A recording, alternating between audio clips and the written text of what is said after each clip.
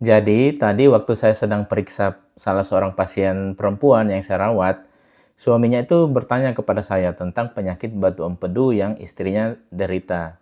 Kemudian saya kasih penjelasan.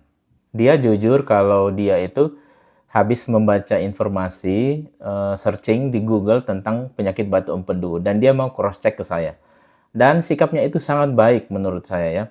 Jadi dia itu tetap mau menerima penjelasan saya walaupun agak tidak sesuai dengan yang dia baca di Google. Karena ada juga pasien atau keluarga pasien itu yang sering ngotot atau ngeyel, menolak informasi atau penjelasan yang diberikan oleh dokter karena tidak sesuai dengan yang dia temukan di media sosial atau Google atau semacamnya, atau bahkan informasi dari tetangganya yang bukan dokter. Jadi kalian harus paham bahwa bertanya dan mendapat penjelasan dari dokter itu adalah hak dari tiap pasien, dan seorang dokter pun punya kewajiban menjelaskan secara detail tentang kondisi dari pasien. Dan mencari informasi dari sumber lain, termasuk dari Google, dari YouTube, atau yang lainnya itu juga hak dari pasien. Cuman saya mau kasih tahu bahwa biasanya informasi kedokteran yang ada di media sosial itu atau Google itu sifatnya superficial atau yang basic-basic, yang mendasar. Kalaupun ada yang bahas mendalam, tentu diperlukan dasar kedokteran yang kuat untuk bisa memahami. Contoh, kalau kalian cari di Google, mungkin disebutkan bahwa penyakit tipes itu ditandai dengan sel darah putih atau leukosit yang tinggi atau leukositosis. Padahal di prakteknya juga banyak yang bahkan turun nilainya.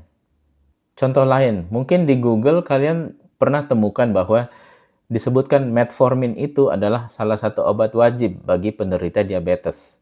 Tapi tidak selalu seperti itu kondisinya. Misalnya pasien yang sudah komplikasi gagal ginjal tahap akhir.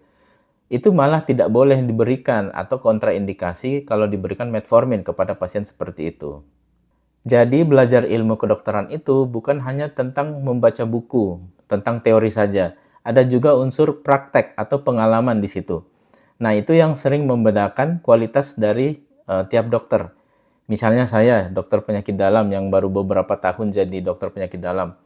Tentu pengalamannya masih jauh di bawah dibanding seorang profesor di bidang penyakit dalam yang sudah puluhan tahun berpengalaman menangani pasien-pasien penyakit dalam. Dan ilmu kedokteran itu juga selalu berubah tiap saat. Dia dinamis. Buktinya apa ya? Buktinya tiap saat banyak jurnal kedokteran terbaru yang diterbitkan atau buku-buku kedokteran terbaru itu selalu direvisi tiap beberapa tahun.